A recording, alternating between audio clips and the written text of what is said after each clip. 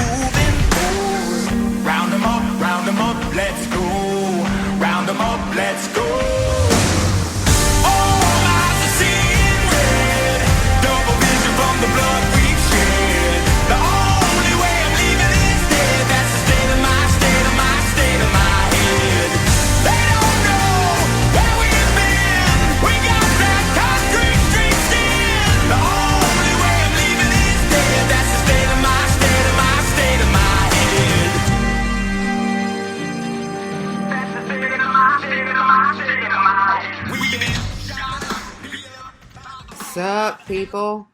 Sup, Woody? Hey, Cyber Wars here. We're live again. Sorry we missed you last week, but... Yeah, it was reasons, things. Reasons, things. How's Occurrences, circumstances. Yeah. How's it going in the Ring of Fire, Orty? Jesus Christ. Yeah, no, everything is on fire around me. The nearest fire is 80 miles from me. Like, that would be a threat. I mean...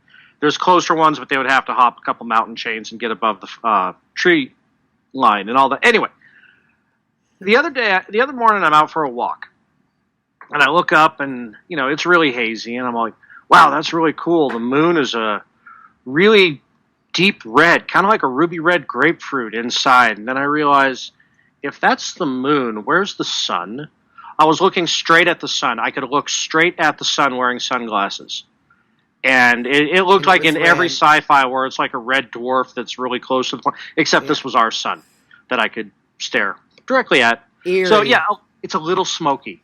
Yeah, I just that's went kind outside. of. I can't look down. I can barely see the end of my street. So I am all chock full of Claritin and cough drops. So I if there's bet. a long pregnant pause after I say something, it's because I'm coughing up a lung. Okay, well, I'll keep that in mind and Okay. try to keep. How are you? How's your week? Um, Week is good. Finished school. I don't think we had an opportunity to celebrate that because we were off last week, and I just finished the Friday before that. So I'm graduated and an official forensicator. Yay! Yay. Forensicator. Is that like...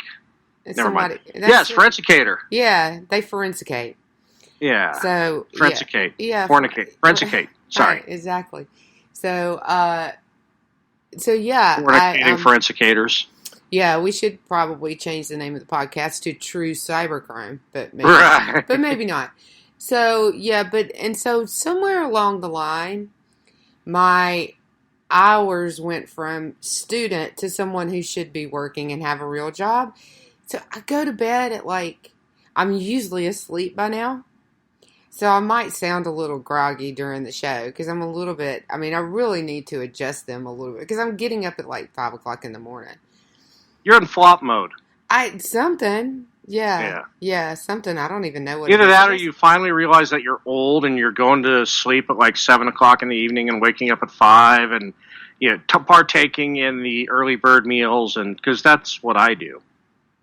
Right, yeah, exactly. Well, you do that because you socialize with a bunch of retirees and Right, whatnot. and I'm on the West Coast. In order to hang out with all my KLRN friends, I have to get up at 5 in the morning or 4 in the morning to catch the daily dose. Wow, are you doing that? Because that's dedication. Most mornings, Yeah, I try. That is a true friend right there. Sometimes I just over snooze. Right. Sometimes I've got the Psalms, and I was up anyway. So. So I had to stop and think about that for a minute. Again, I'm a little bit off my... That's all right. Yeah, so hopefully I'll adjust it to something, normal that's not like an early bird retiree that's 11 to, 6 would be... 11 to 6 or 11 to 7 would be great, but, whatever. Yeah. So, so that's what's going on in my world. With the cyber world kind of got busy. God, it's all ransom. Well, not all. It's a lot of ransomware. The bulk of our show is ransomware tonight. Well, so the trends probably mid-year last year, definitely by the first of this year. All the surveys and evaluations and analysis on it was that the trend were really going back to be heavily ransomware, and part of that was because something that we've talked about on the show previously is that ransomware is not just ransomware, it's also an exfiltration tool. So they're stealing data as well as locking data and making money off of it, and it got a lot more the value of ransomware went up, right? So they can ask a lot of money. They go after big companies. They ask a lot of money, which is something that we'll talk about too. So, it's taking a page. We've talked about the parallels between the cyber world and the real world on several occasions. Yeah. And mostly in the espionage front. But the ransomware is actually kind of taking a page from the real world with ransom in that, when some third world nation, some revolutionary army will kidnap a business contractor or, some, business employee who is there for their company and then ransom it and then figured out because the companies just pay, they just go ahead and pay it because they're insured for it. Mm-hmm. That's where we're at now with the cyber world too, is that the reason why it is a multi-billion-dollar industry, and we've talked about them being, these gangs being corporations, being, in corporation speak, is because companies just pay the fucking ransom. And they are insured for it many times, right? So, and this is one, interesting thing that's come up with with the riots too, it's like, well, they have insurance. So what if they got looted? They have insurance. You don't get how insurance works, right? You don't want to have to use it. It's a problem. If you use it, you could lose it. Your rates go up. You know, if you were negligent, go ahead. Most insurance policies don't cover civil unrest, just like most insurance policies don't cover ransom. That's a special rider you're paying a premium for. Yes, absolutely. But if you don't have cyber insurance these days, you certainly should. If you have, more than a few servers, you should. If you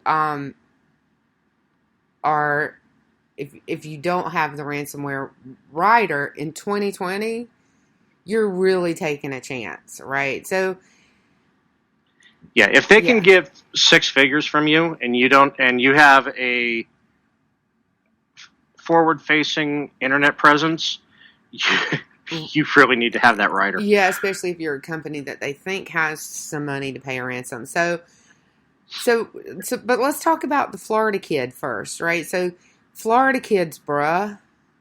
I mean, it's always Florida. It's always freaking kids in Florida. I mean, and this isn't, and not just kids, but guys too. I mean, the DDoSed, I think it was a jewelry store. A guy who was an anon on Twitter got busted. Tried to hack the Clinton Foundation. The guy was in Florida, got busted. The kid wasn't the guy who busted Twitter, who hacked Twitter. The kid that hacked Twitter or social engineered Twitter or whatever he actually really did there. Florida. And then this kid that DDoSed the Miami-Dade school district, Florida, of course. Mm-hmm. Crazy. Yeah, this has opened up for the first 3 days of distance learning in Florida in Miami-Dade County. A large number of students in the school district were shut down by his DDoS attack. It's actually forced investigation from the FBI and Secret Service. Yeah, and the kid is 16 years old. Yeah. 16 years old. I can imagine being 16 years old and having the FBI come to my house. Yeah, the FBI and Secret Service come knocking on the door. Yeah, it's just so... it's so 80s cliche. It is kind of? Yeah, it is kind of. With early 90s cliche with, hacking into the DOD, hacking into NASA, But yeah, I mean, no, this kid, they don't think that he's the only one, though, because there has been a dozen attempts over the last week, and more so than he could have done himself. Yeah, and this is probably like one of those skid things that happened in chat, and everybody's talking about doing it, and everybody's doing it, and I mean, I've seen it go down before it happens. So I mean, I can just kind of see that happening, right? But I didn't see what he used. Like, did he use some sort of ion cannon or something? Did you see that? I didn't see that. Did they say?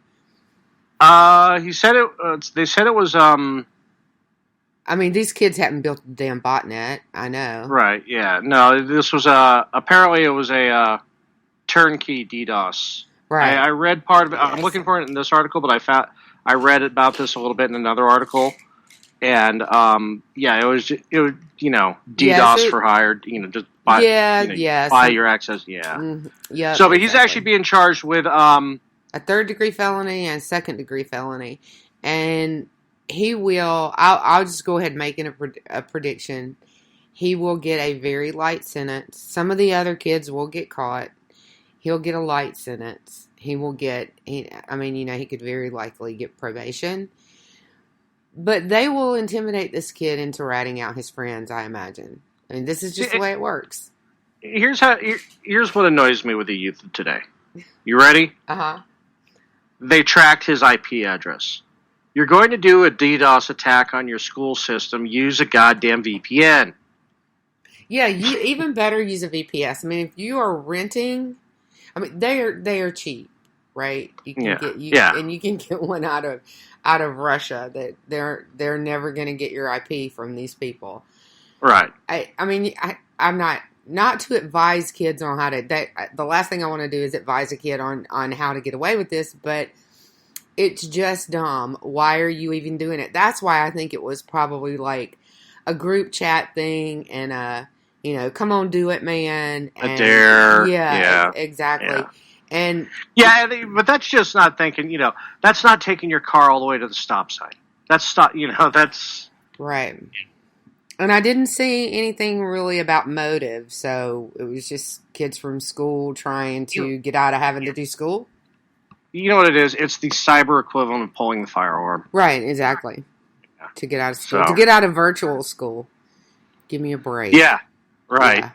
Yeah, now... Because you've only been trapped at home for 8 months. What's another fucking... Yeah. And I don't mean to make light of this because kids of all ages are melting down over virtual school, and it's not easy. I've heard from my sister. I've heard some, crazy things, but so it is the virtual equivalent of pulling the fire alarm.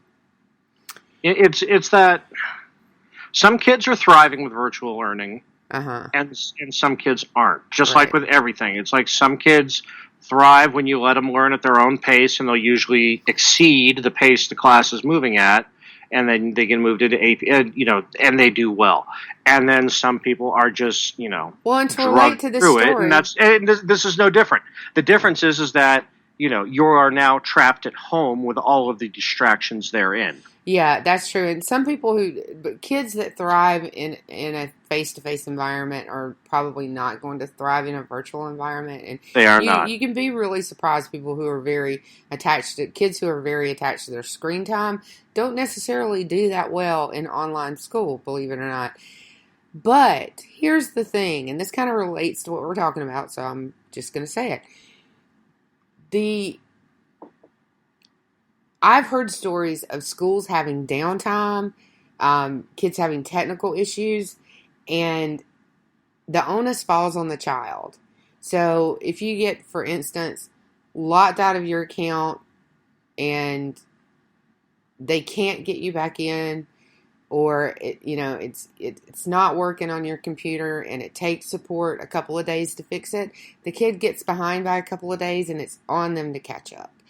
So, and that wouldn't happen. It's the same thing as a sick day, but that seems like the technical issues would be, if they're on the school's end, that would be the school's responsibility, not the students. Yeah, exactly. So, it's a whole other world of that they're not used to, and their parents aren't used to. So, your parent can't really hold your hand and explain it to you and help you figure out how to find your happy space in this because they don't friggin' know either. All right. So, yeah. And me being me, I'm getting, what would you do about this? Yell at support? I can't really help you with it either because it's a whole new world. Nobody knows. All right. So, they were pulling the fire alarm, basically, is what they were doing. Mm-hmm. And while we're on the subject of academia... Very good segue. Oh, I'm impressed. That was impressive. Okay, ransomware. University of Newcastle University in the UK says it's going to take several weeks to get its IT services back online after doppelganger ransomware operators breached the network and took systems offline on August 30th. Yeah. I don't know much about this particular malware. I haven't heard, I haven't seen it in a story like this before that I can remember. They've only been around for a year. They've been attacking enterprise targets since mid-June of 2019, and they are basing their MO off of Maze, using the tactics that they use of putting just a little bit of data on the internet, making a web page saying, hey, here's what we got so far. Here's less than a megabyte of your data that we've stolen. Now you need to pay us X number of dollars. Yeah, so they're... But this group did get Pemex, the Mexico State Oil Company, they got them for nearly $5 million worth of Bitcoin last year. So they're new, but they're effective. Yeah, that's kind of a big get, right? An oil company and that amount of money. That's a pretty big get. And the they're taking the university offline for weeks. That's pretty major. It doesn't sound like they're really leaning towards that. For one thing, they have, it's a public university. Right. And so that makes it the British government, right? So they're basically in it, and it sounds like they are pretty much taking it as this was a hit on the government. I mean, you didn't hit the intelligence agencies, but you still hit the government, and they're going at it from that perspective. So I don't know that they'll just pay a ransom and decrypt the files. And so the National Crime Agency is doing the investigation and probably, working the remediation too. So this will be an interesting one to watch to see what they do. Yeah, this is a fairly major university in the UK, though, and they have very limited access to anything right now. They said that colleagues may lose access to their IT accounts without notice and may not be re-enabled quickly. IT department is going to determine your need and access of devices that you use and number of PCs, servers, and other devices that they find that are impacted will need to be confiscated. Students and faculty only have access to Office 365 apps, Zoom, and their SAP core services, but only via client, not website. So yeah, they've they've also advised students and staff to copy essential files from the university's OneDrive accounts. So I think that they're planning, the way that this sounds, they're just going to burn everything and start over. Yeah, it does sound like that. Yeah, this sounds like, you know what, it'd just be cheaper for us to buy all new shit again. Yeah, well, yeah, I mean, take it down, wipe it, whatever they're able to or going to do to it. So, I mean, yeah, that would be, ransomware gangs, when they attack you with this kind of ransomware, they're kind of going off of, you can't do that, you're not going to be able to do that. You need some continuity of files, and it would be worth it to you. There's going to be something valuable enough that you're going to have to pay the ransom to get your files back. I mean, that's the whole thing, get your files back. So they don't count on people just saying, screw it, burn it, bring it back up again. I mean, that's an option. Yeah. So, and it does sound not a like, good one.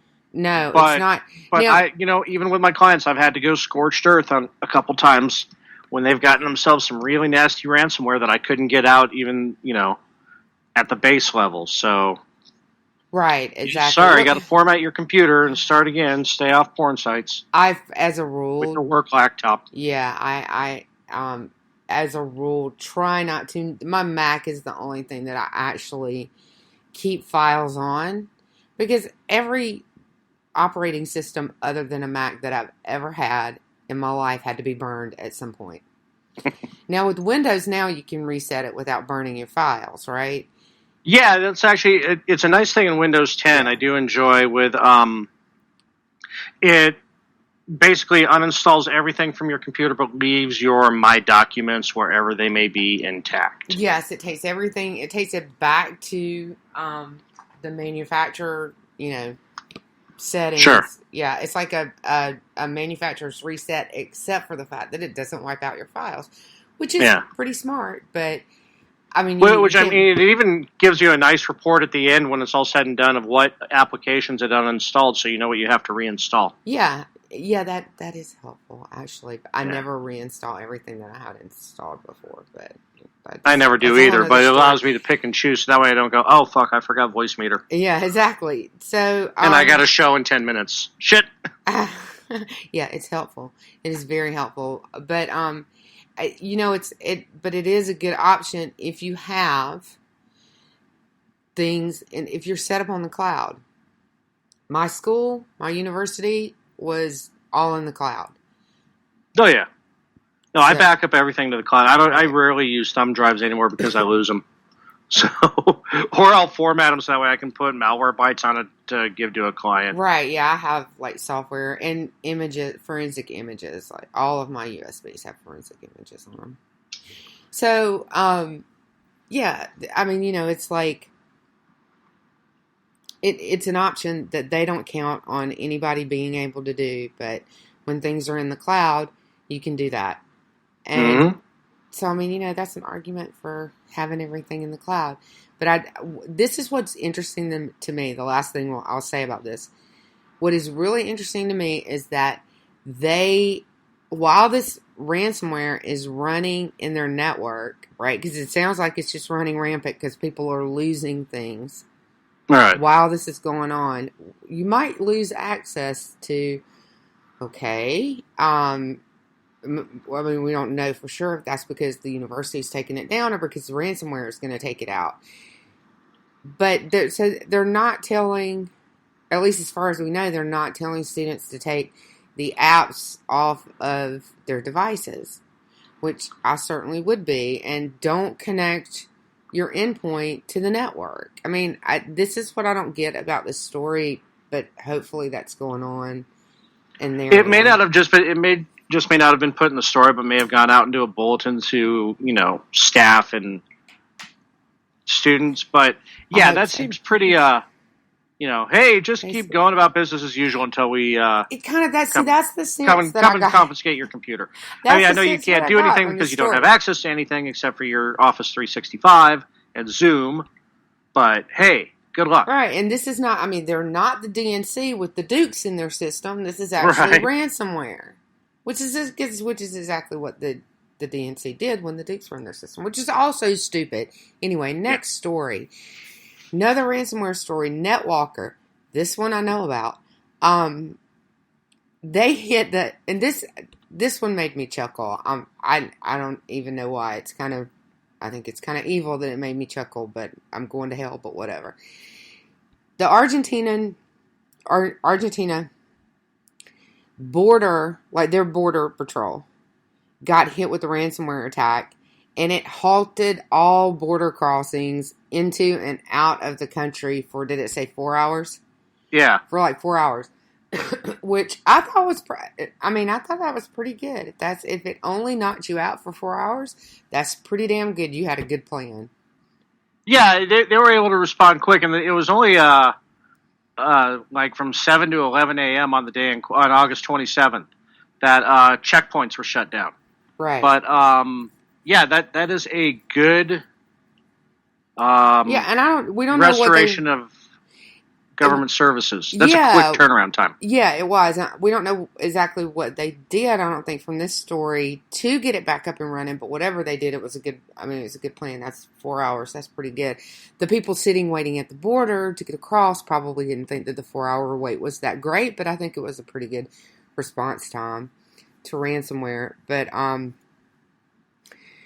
they shut down the network to keep it from spreading. And they must have caught it pretty quick and, maybe redirected to another network. I don't really know. So, but they were able to exfiltrate some data because they started out by asking for 2 million. Then they got the borders back up, so they released some of the exfiltrated data and said, okay, now we want 4 million. And posted some of the stolen data. So they still want money, and they've got crucial data from the Argentinian government. Yeah, we don't know what's going to happen with that, right? And this is from NetWalker. I don't know if we said it at the beginning. This is NetWalker did this attack. Yes. I think I did. So, and it another interesting thing is that they were using a Tor payment page, which, it's not unheard of, but and they're looking for it in Bitcoin. $4 million is a little over 355 Bitcoin, which seems like wow. But I'm just waiting for my Doge coins to get up to that. Yeah. I'm kidding. I don't have Dogecoin. And the one thing Bleeping Computer did say about this is that they got screenshots of the exfiltrated data that was previewed to the Argentinian government to, let them know this is what we got. You might want to pay us this $4 million. And Bleeping Computer found that it was sensitive enough that they wouldn't post it to this story. Yeah, they usually they'll go ahead and post some of the data because it's not really sensitive material. But this is one they said, we're not even posting this. Yeah, exactly. So that's really interesting. And here's the redacted image that we got, but we're not posting the data. And so we're going to watch this one. This will be an interesting one to watch to see if there's a follow-up as to what Argentina actually does about this. Yeah. If they pay that $4 million to get the data back. That is a risky proposition because if you pay a criminal $4 million, okay, here's your data back. I promise I didn't copy it. What? Okay, whatever. You're a criminal, so I believe you. Right. Yep. Well, that's kind of the gamble. Even in the real world, that's the gamble you pay with ransom. Right, exactly. And exactly, again, another parallel between 3D criminals and virtual criminals. Criminals are criminals. Yeah. All right, so the FBI. I'm sorry? The FBI issued a warning about yet another ransomware. Yeah, this is one they issued back in May. We talked about it back in May. And this is the Prolock ransomware is exfiltrating data. Yep. It's almost unheard of that they're not exfiltrating data with ransomware these days. And that has been a switch that's occurred just over maybe 4 months, maybe 6 months, that it's this common, that it's almost a given that they got your data. Well, what's funny, when they initially released the 4 months, when they released the back in May, the organization was called Pwned Locker. And they were the one we were kind of laughing at who their decryption code was released on the internet. Mm-hmm.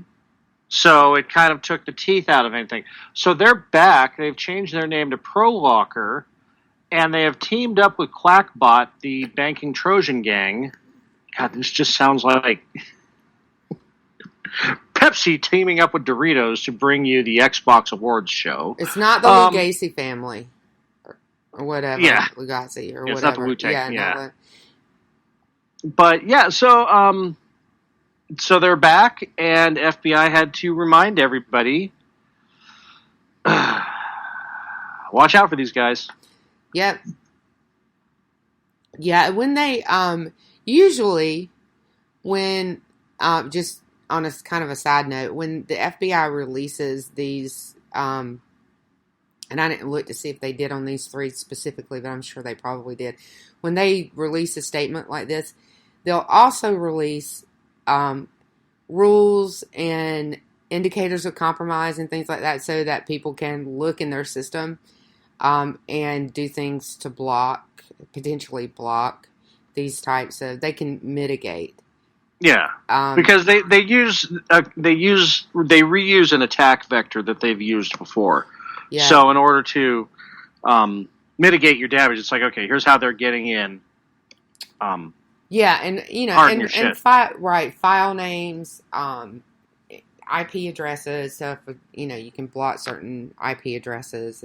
That's the entry, or you know, if it's coming in through a phishing email, the domains for the emails and stuff like that. They'll all kinds of indicators of compromise that they will release with these statements, and it's for people to mitigate, you know, use them to mitigate your rules, all sorts of stuff. And it's really, you know, it's really helpful if people use them.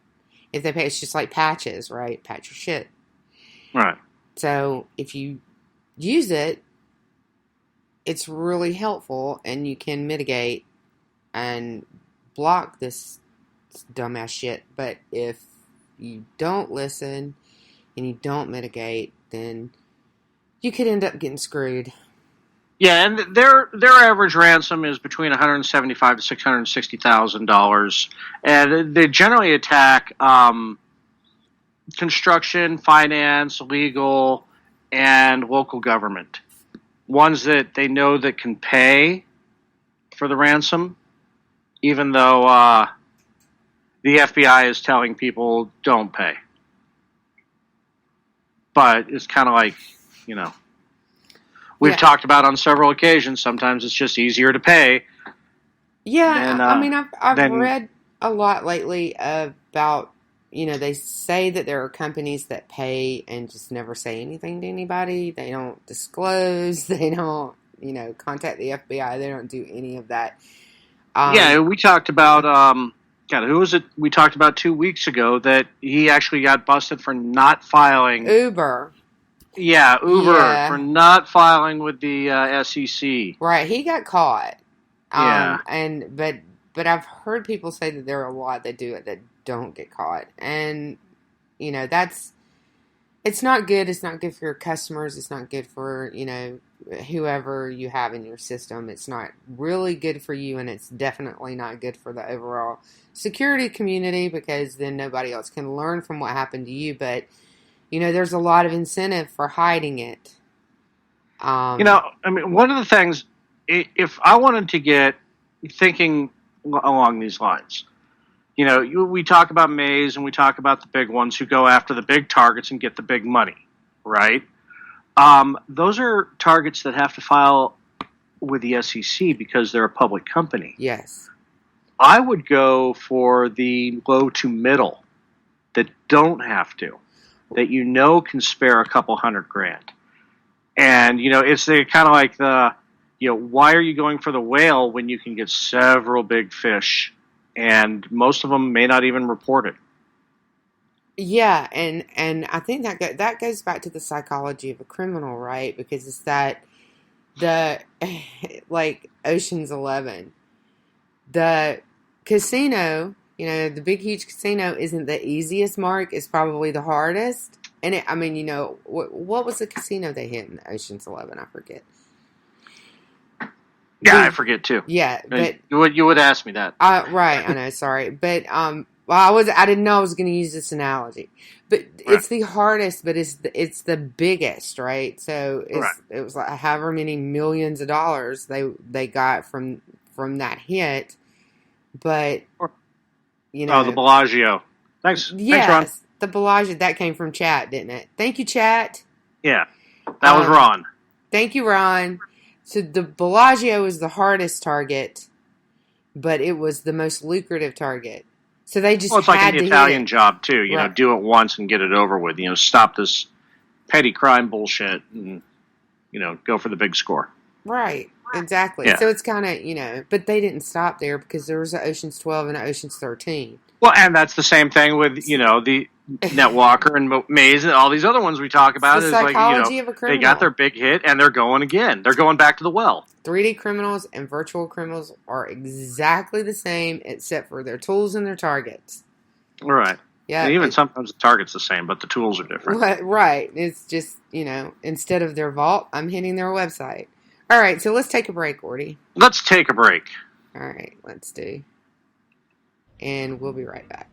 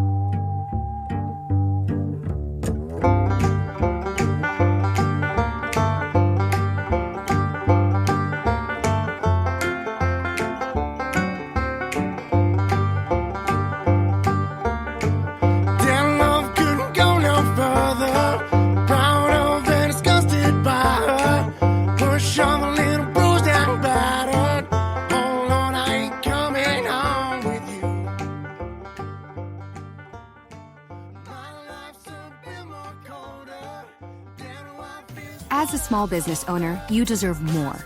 More confidence, more connectivity, more of the tools that help your business thrive. And at Cox Business, you can expect more from us. We don't just have sales reps. We have perfect plan identifiers. People who will work with you to make sure your business gets everything it needs and nothing that it doesn't. Your business deserves more, and that's why you can expect more from Cox Business. Call 800-526-8572 to switch today. There's nothing more predictable in life than the unexpected. Lightning will always strike. Hail will fall on roofs. Fortunately, there's AAA. AAA has been helping members stay prepared for over 100 years. So when unusual storms, fallen debris, or sudden leaks happen, you'll be covered. Check, check, and check. Get the home and auto insurance you need by talking with a AAA insurance agent today. Visit AAA.com/insurance or stop by your local AAA store.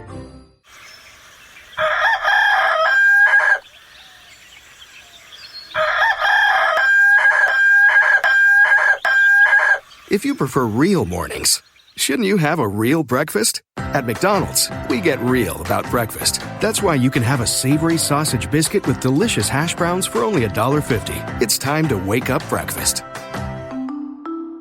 Single item at regular price. Prices and participation may vary. Cannot be combined with any other offer or combo meal.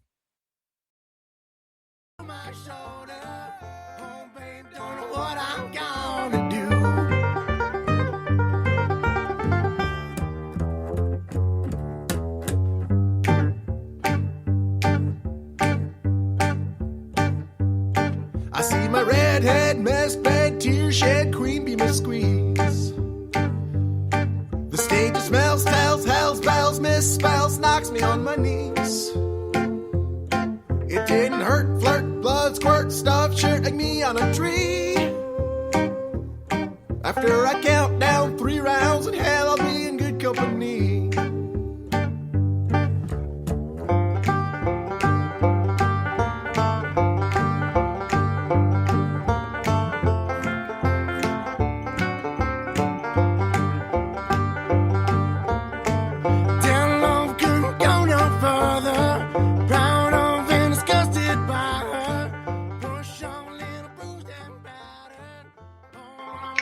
Well, I probably could have listened to that whole song, but we needed to come back and talk some more.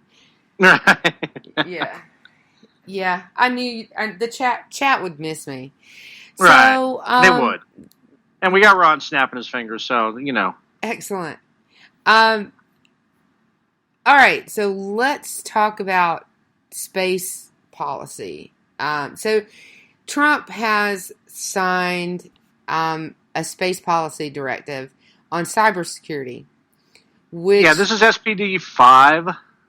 This is the 5th directive, actually, that Trump has signed. But this one's important, actually, really important.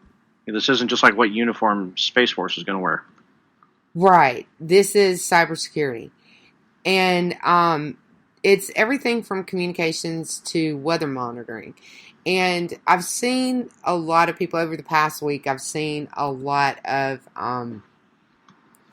the cybersecurity people that I follow on Twitter talking about this. And, some of them were, I was really surprised to see that some of them were kind of skeptical about it. Like, yeah, everybody's doing this already.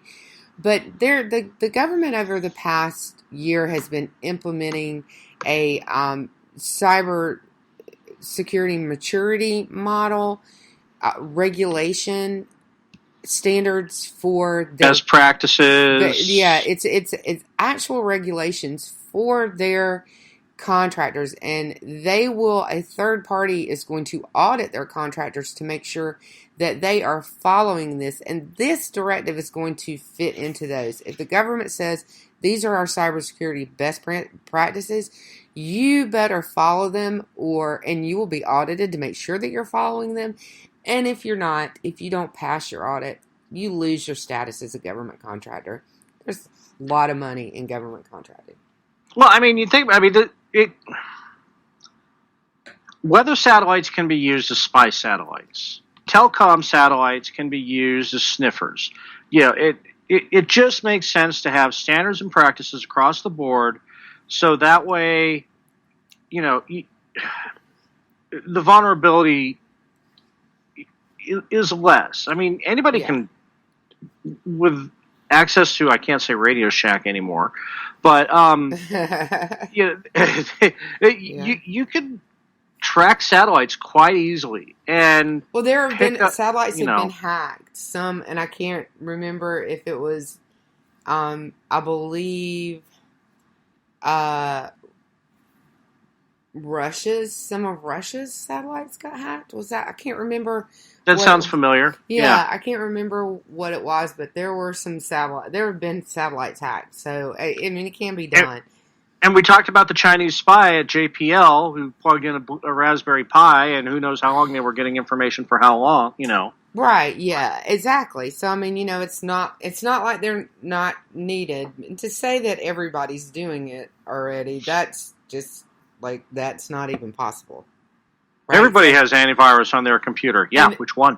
Yeah, and I really don't want the government trusting their cybersecurity to, everybody's doing it already. No, right. That's not how government is done. Anyway. Yeah. I would. The story came to us from Jeff. He hit me up earlier in the week with he actually hit me up on the day it was signed. And, he said, I'm not going to use this. Go ahead. And it's it's definitely something that we've needed.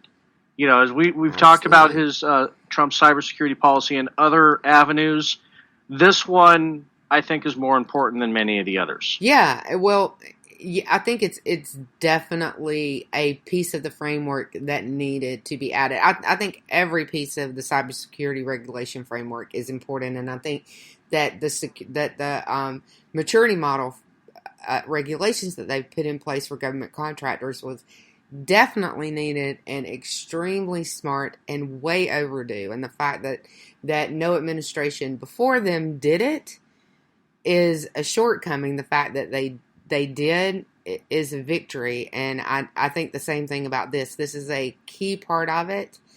And I think it was really important. I'm really glad that they did it. I think it's, I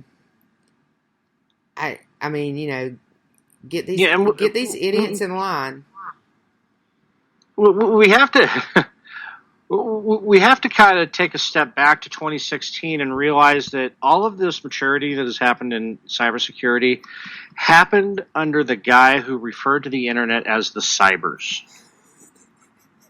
Barron is really good at the cybers. So, you know what? But he hires the You know who best people. didn't do it? The guy who invented the internet, Al Gore. Exactly. So, the guy who invented the internet didn't do it. The guy who called the internet the cybers did do it. But he hires all the best people. So it's one of those best people that he hires. Sure. This is good news. Everybody should be happy about it. Don't let this, if you see somebody, just squawking on social media about, everybody's already doing it anyway. They aren't. Otherwise, there wouldn't be a national standard. And just ignore those people because they know way more than any of us do. I promise you. Yeah. According to them. So, so this is a good thing. It fits in well with the maturity model, and I think it'll be as long as future administrations keep on top of it and make people comply with it, it'll be great. Yep. So Windows 10. Oh, and I will say this too: the fact that it is best practices, that the things in it are considered best practices in the industry, is a good thing. That means that they got it right. Right. It's not just like, here's a bunch of ideas that were farted out in committee. This is, again, best practices amongst the top people in the...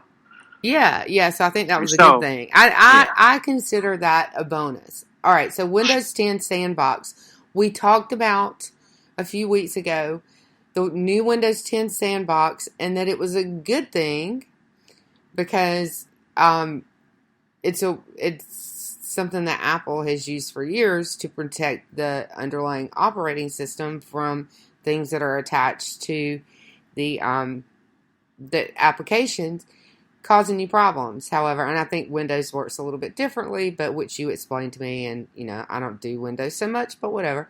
So But, Houston, we have a problem with the sandbox. We have a 0 day. Take it from there, Orty. Yeah, this is a you can actually when you open up your sandbox that is supposed to isolate your computer from vulnerabilities, this actually opens the door to one.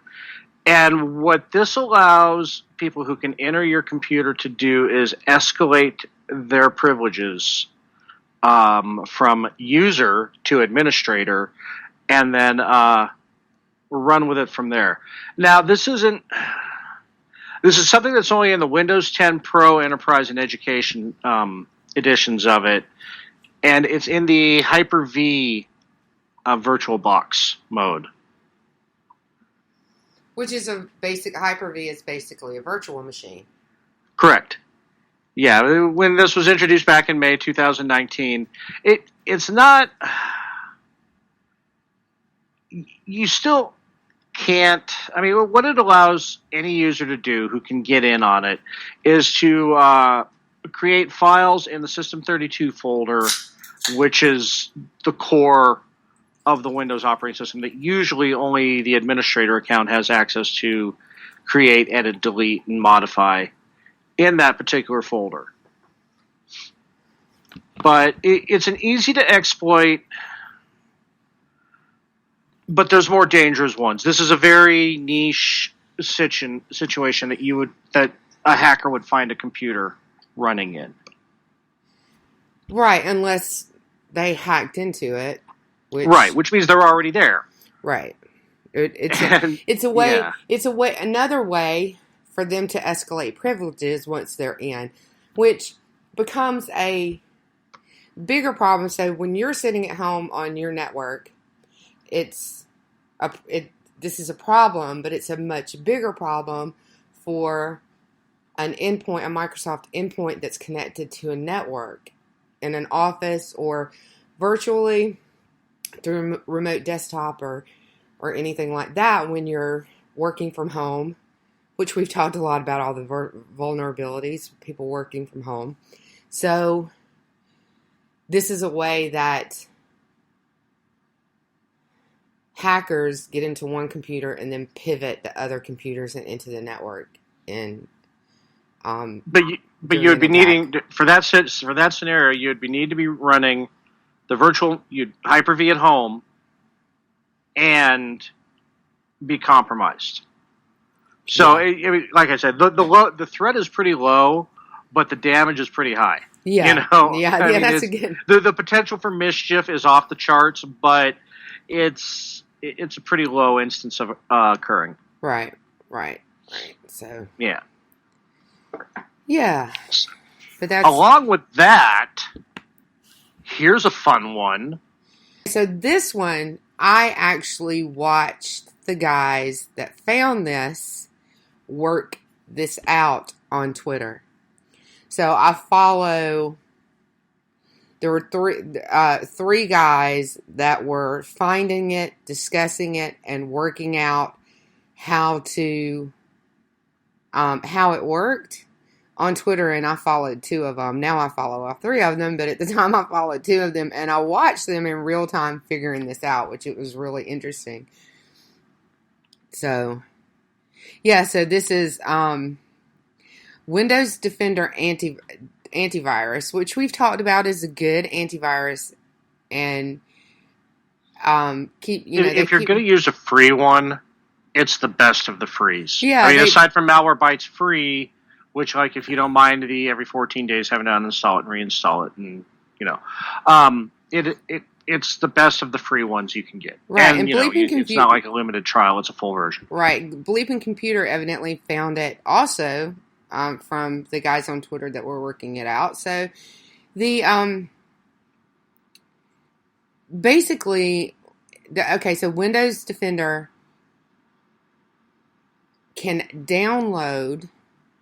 will download actual antivirus file or actual malware files. So, and this is another instance, though, where your computer would have to be compromised. In this situation, what it will do is it will run the Windows Defender command prompt, which is, the file name is mpcmd-run.exe. And that is kind of that would be the holy grail for a malware to run, because that means that nothing on your system is going to flag it as malicious software. Yeah. But in order to run that, your computer already has to be compromised at the administrative level. So it's another one of those bad, but you're already in the shit anyway. Well, yeah, it is. It's true, but it's yet another way. So, and computers get compromised all the time, right? And so this means something again it means more for a computer on a network than it does, because they always get in by compromising one machine. So you get a phishing email and they're in your machine and they run this command, and I mean they download whatever other malware they want to, right? So malware can be really specialized to do certain things. So the phishing email sends you a file with a macro that gives them your username and password, or changes the password to their password, and they're in your machine. But then they download malware. They can download malware from there in the background without you knowing about it, that will pivot them to the next machine that will get them. So it can make things a whole lot easier for an attacker to access this file and download. And it shouldn't. This is a bug. It's not a feature. Right. Windows Defender. Right. So it's not something that you want to happen. It can make sense. And this is why it's of such interest to researchers like Askar, because it can make things easier for an attacker. They get in, they run this in the background, they've got all the tools they need to take down the entire network. Now, this isn't ideal for Windows Defender, but in the Tom's Guide article on this, they said that even though they were able to do that, all of their antivirus software caught what they were doing. Yeah, so you download it was like they're like right. I just said, Windows Defender is great for a free version, but in this instance, every AV caught it. Right, exactly, and so correct me if I'm wrong about this. It was they were downloading malware, and then Windows Defender was catching that the malware was there. No, they were downloading it through Windows Defender, so Windows Defender obviously didn't catch it because it was a command prompt run by Windows Defender itself. Uh-huh. So it wasn't looking at it as malware, but the other AV on the system went, hold up, we got some shit here. Oh, okay. So yeah, it gives a compromise to get around Windows Defender, which is not a good thing because that is the AV that a lot of people use. So again, kind of you're already compromised, but this is compromising you further. And it's letting Windows do it itself. Right. Right. That kind of thing.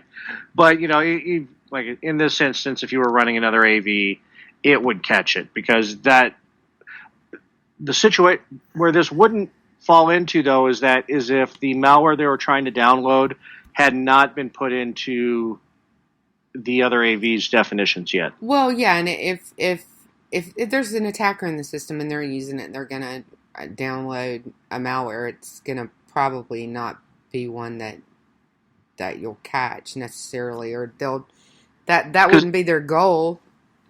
At its base function, what Windows Defender really does is it looks at what the program is trying to do and says that's not normal for a Windows executable to be doing. That's when the red flags come up. You disable that, then you can do pretty much whatever you want as long as the definitions aren't known by your other AV. Right. So you could use this to download new scripts Definitely. Yeah. Yeah. So. Yeah. So it could be a problem for an advanced attacker. Definitely an APT could use this to their benefit. Oh, but, absolutely. You know, but it's like, you know, the potential of it happening on your home computer is low. I'll tell you the other reason that it would be of interest to a researcher. Like, I mean, I'm already sitting here thinking, okay, I'm going to go, you know, to my malware lab and try this, right? And to see if I can find some cool samples that I don't have. Because there's lots of malware out there that I don't have a sample of that I'd love to have. I mean, you know, so that's why it's of interest. But I'm sure they'll patch it at some point. Oh, yeah. No, it's... I mean, Windows' comment at the time was the same comment that they had about the sandbox exploit was like, yeah, you know what, that's not that big of a deal. Well, good. Maybe they won't fix it, and I can get some good samples. Well, yeah, but that's, you know, that Microsoft's general answer to everything is that, you know, we're looking at bigger problems. That's just too niche, too, you know. 2 years from now, it'll be critical. Yeah, 2 years from now, they'll patch it. Yeah, In the 2 years meantime, from now, everybody's figured out a way to use it. Exactly. But 2 years from now, it'll be critical, and they'll patch it because somebody figured out how to really use it as a critical exploit. Yeah. All right. Yeah, and that's usually the way these things escalate, too, is it's not a problem until it becomes one, and then by then it's too late. But those are really low. I mean, the guy just gave this exploit, you know, to him for free, too. He didn't use it through a bug bounty or anything. So this is kind of, you know, this isn't that big of a deal, but you should be aware of it. And Microsoft said, oh, yeah, that's not that big of a deal. Yeah, it was really fun to watch them work it out on Twitter because, I mean, I caught it at the, whoa, what's this point, right? So It was a lot of fun to watch them work it out, but they wouldn't have been doing that if it was something that they thought they could make money off of. You know, if it was a $10,000 bug bounty bug, sure, they would have been like doing that on Twitter. So it was fun. It was kind of a rare thing, and it was fun to watch. Right. All right. Yeah. No, that's totally fun. Yeah. Google. Ugh. You know, what's funny is when I sent you this story, it wasn't the one that I had read before. The one I had read before is that Italy is taking Google to court for antitrust. And then when I went to go find a better version of the story, because that version was just a blurb and just did Google antitrust, the U.S. government, Department of Justice, is going after them big times too. Yeah. By the end of the month, they think they'll be filing suit against them. Right. Yeah, but that was the New York Times. They're going after Google's monopoly. So is Italy and a couple other countries in the EU. And Google has overplayed their hand, in my opinion. Yeah, they went ahead and they did an evil. You know, their old motto used to be, do no evil. They did an evil. Uh-huh. Talk about that. Sorry, I was trying not to cough on that. So part of the concern is that 90% of all online searches in the U.S. are done through Google. And that has huge potential to use their other sub-companies that are also under the Alphabet company. And they basically own the entire pipe from end to end on advertising, between ad sales to ad display. And it's all done through in-house and with the targeted advertisements. And this all started in 2008 when they bought DoubleClick, and now it's becoming a problem. Yeah. They were grilled on it in the House last month, I believe, and Barr wants to get the lawsuit going before the end of the month. They've talked about the partisan role in politics as a factor.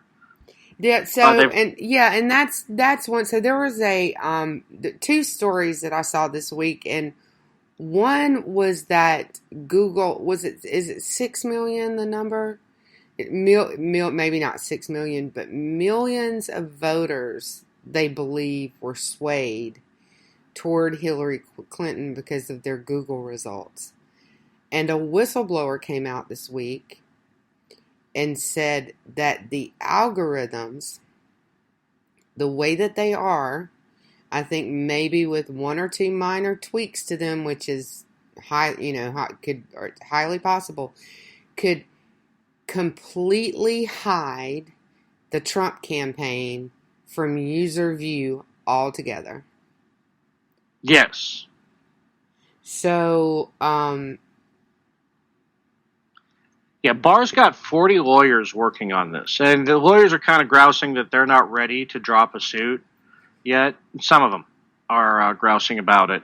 They say it's too soon. They don't have an ironclad case, but it's kind of you're going to have to pull the trigger. If you are truly worried about partisan politics, you need to pull that trigger in the elections cycle, not after. Because I think Google is gambling on it all going away if Trump loses. Well, I absolutely agree with them. Why would a Biden administration go after someone who helped them win? I mean, if the allegations here are true, and that's what's happening, and I'm including the whistleblower allegations, right? If those are true, then why would a Democrat administration go after them?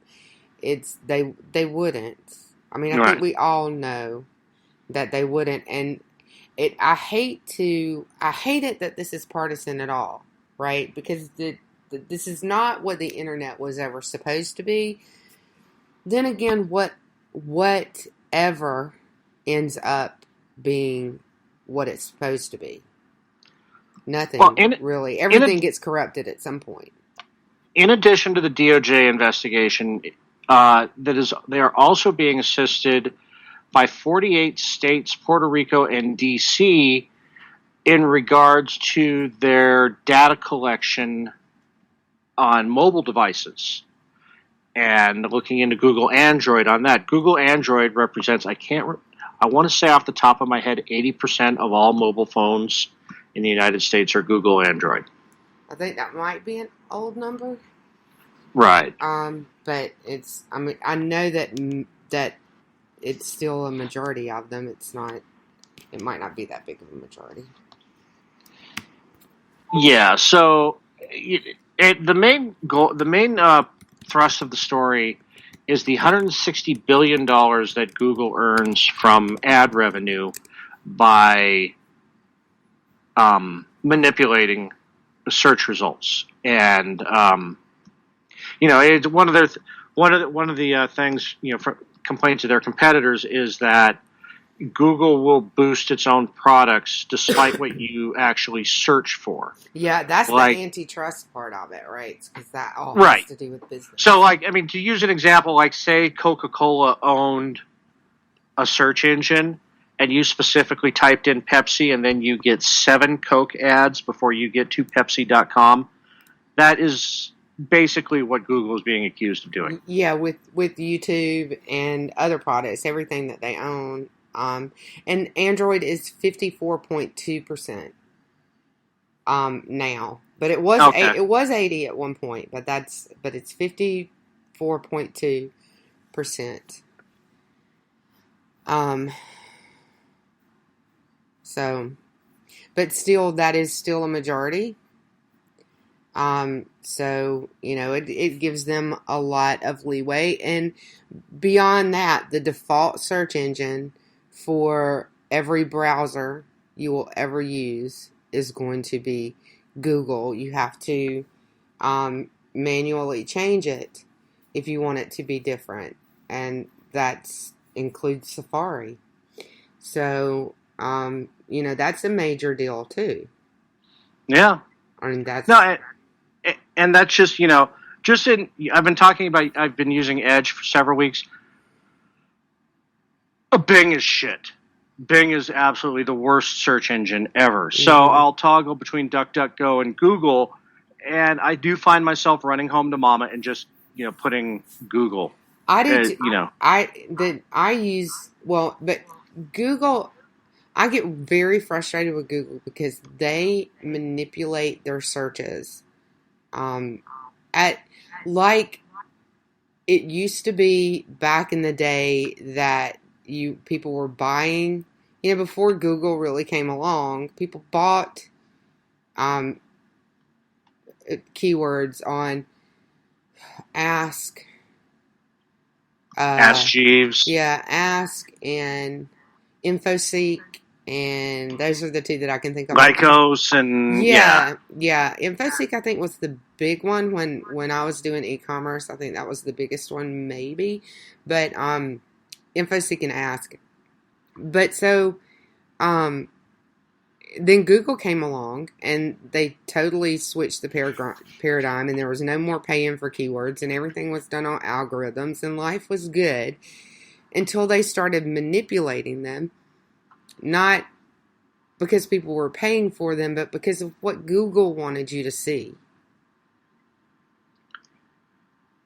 Tijan Horst made up a interesting point in the chat too, is that Microsoft ended up in antitrust in the early 2000s with Internet Explorer.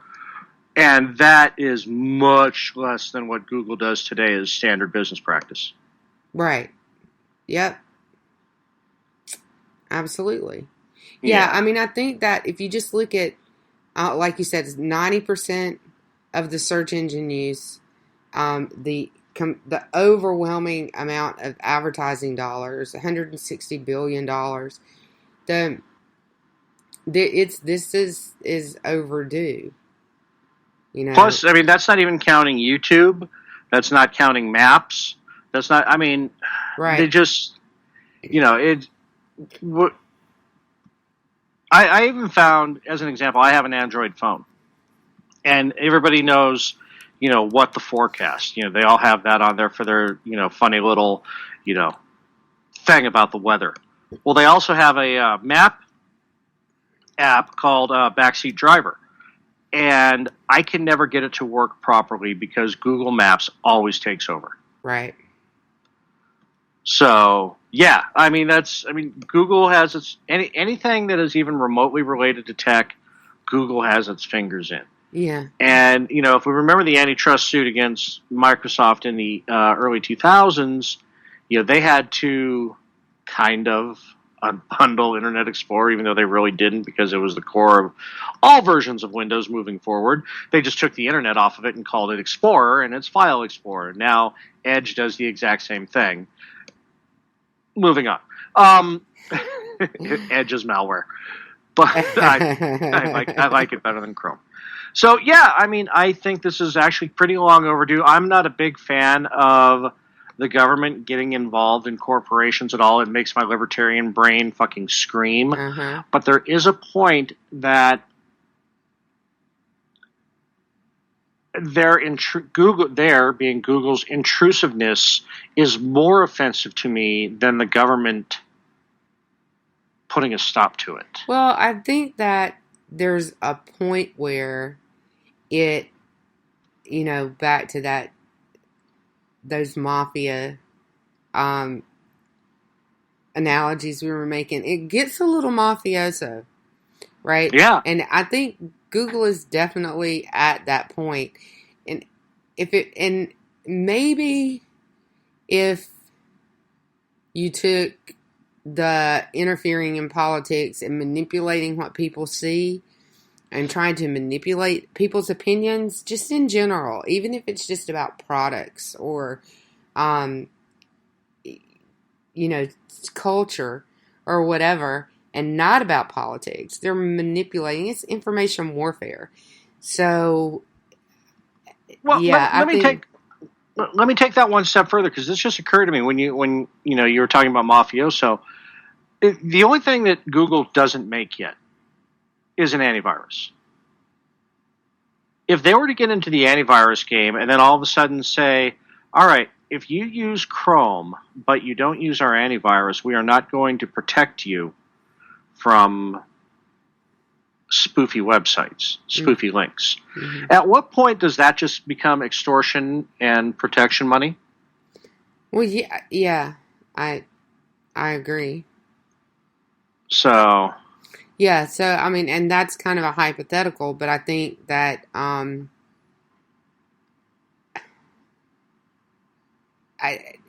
if you look at YouTube, right? So let's take the search engine out of it.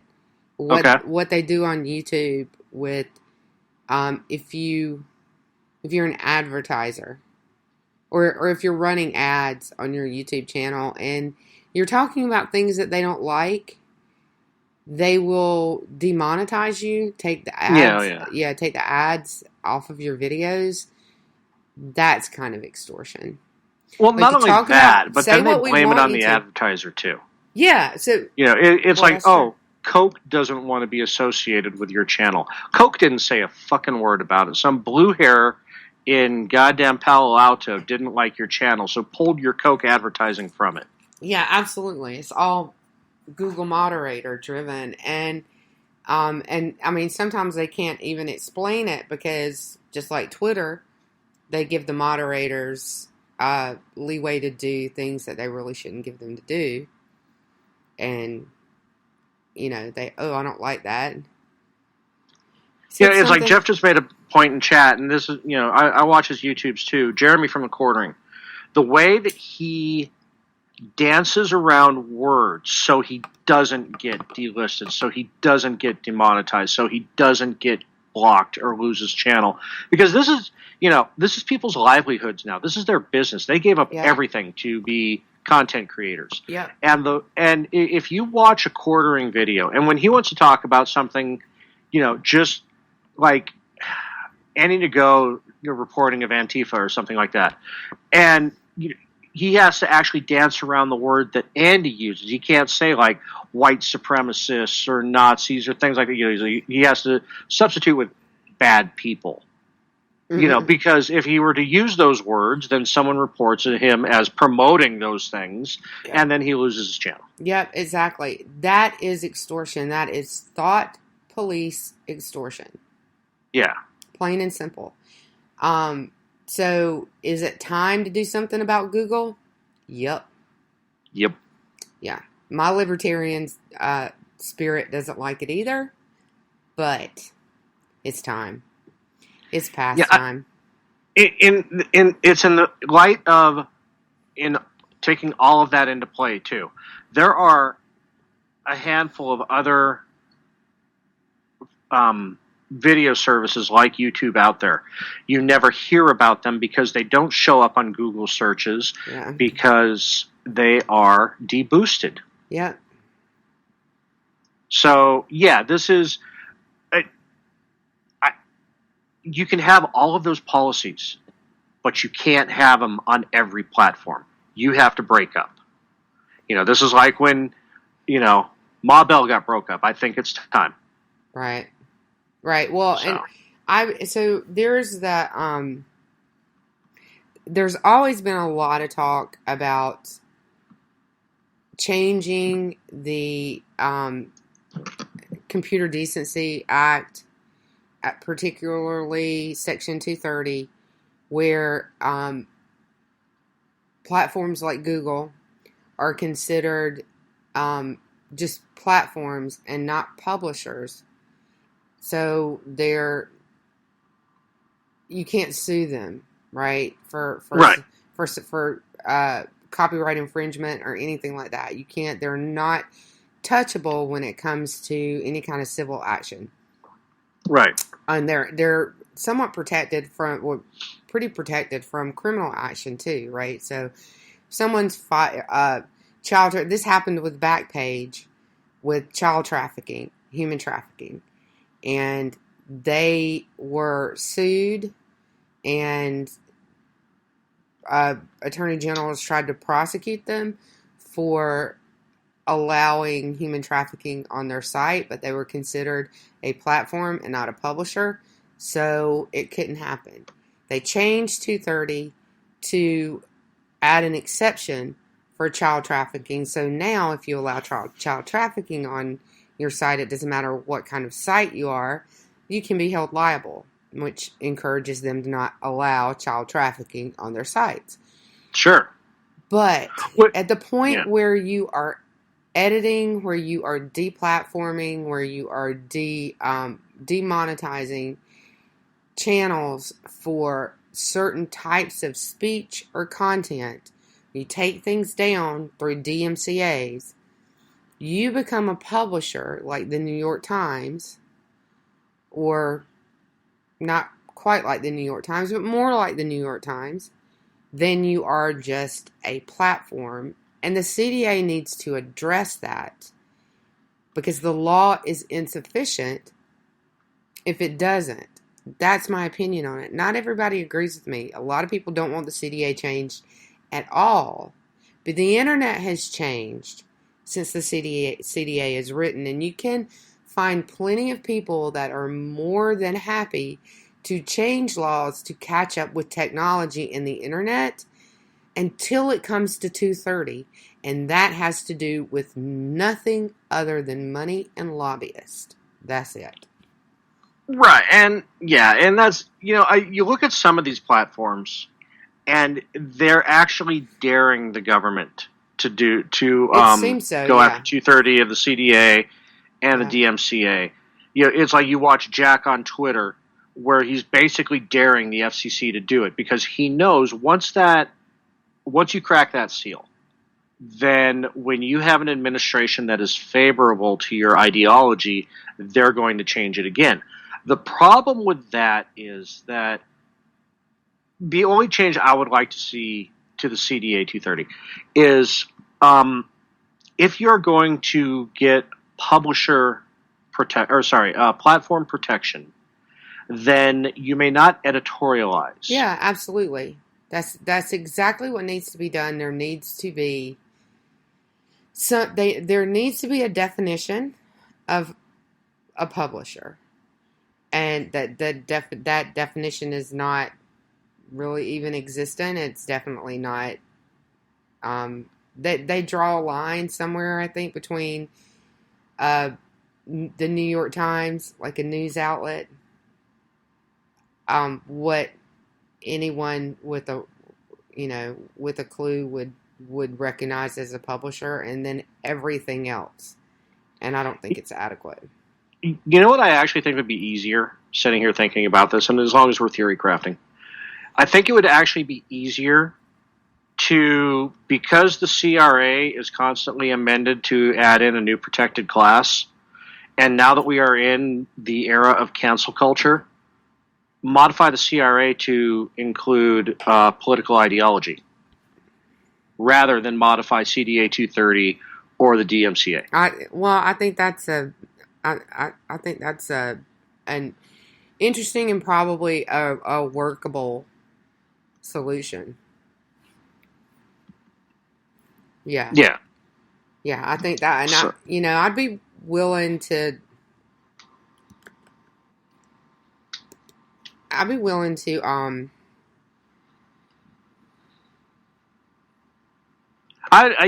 just think it's a more interesting avenue to approach. Yeah. Because then that gives you protection in 3D space and cyberspace. Well, I think that but that's for a different show. Yeah, I think that's worth talking about. Yeah. And I think it probably is a different show. It's time to do something about Google.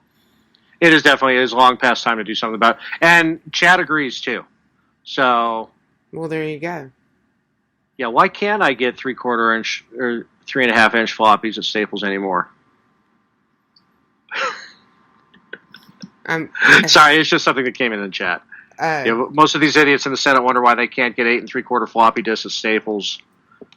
And I didn't do this last computer I built. I didn't even put a ROM in. The one before that, I didn't put in any sort of magnetic media reader. You can order them off the internet.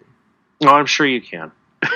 But I was just thinking about it. It's like, God, I don't even have a ROM in my computer anymore. I got one of those portable ones to just plug into a USB drive on the rare instance that I find something on disk anymore that I need. Oh, I see.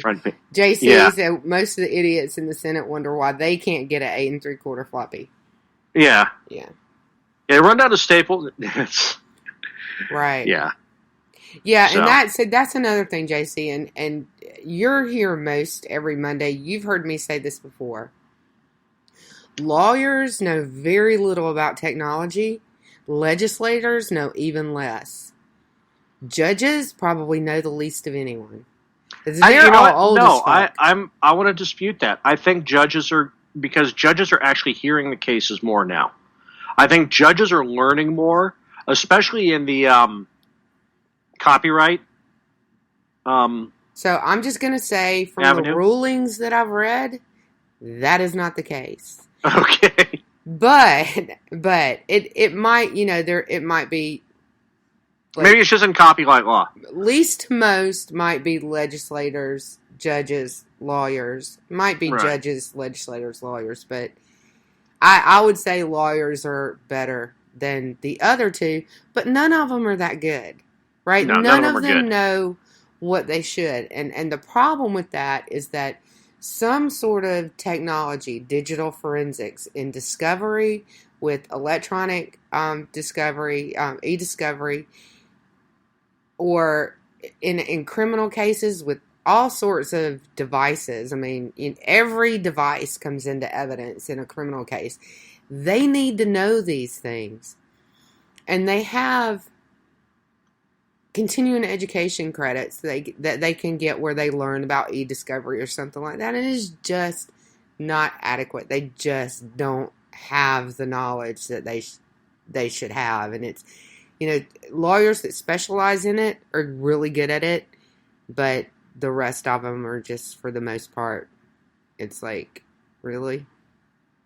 And there's some people that have computer scientists, an undergrad in computer science and a JD. They're few and far between. For the most part, they just don't have the knowledge they should have. Okay, no. Rant over. That was my rant. Rant over. Yeah. I did my rant. We are now rant free. I know. I think we should call it a night. Yeah, we ran a half hour over. We gave bonus content. Yeah, bonus content, and the chat stuck with us. We love you guys. Yeah. At least no, some definitely. of them did. Yeah, no, great chat tonight. Thanks for everybody for joining in. Great, good questions and good topics coming through too. So, thank you. Yes, we appreciate you dropping in to the chat and listening in tonight. Orty, where are you going to be this week? This week I am next on Robinson and Wright with Rick. Dan is still essential because he's not real. And then Thursday with Brad on Culture Shift. Where are you at this week? Nowhere that I can be heard, but I'm producing Aggie tomorrow at 9 and at the Red Wine Wednesday at 9. So tune in for those two, and we're gonna have some. Yeah, we'll have something on Friday at 8:30, but I'm not sure what it'll be yet. So, stay tuned for more on that. So, thanks again, you guys, for being with us tonight. We appreciate it. Hope you enjoyed it, and we'll be back here next Monday at 10 o'clock if I can stay awake that long. Good night. Thanks for Spoofy. Hail Hydra. Hail Hydra.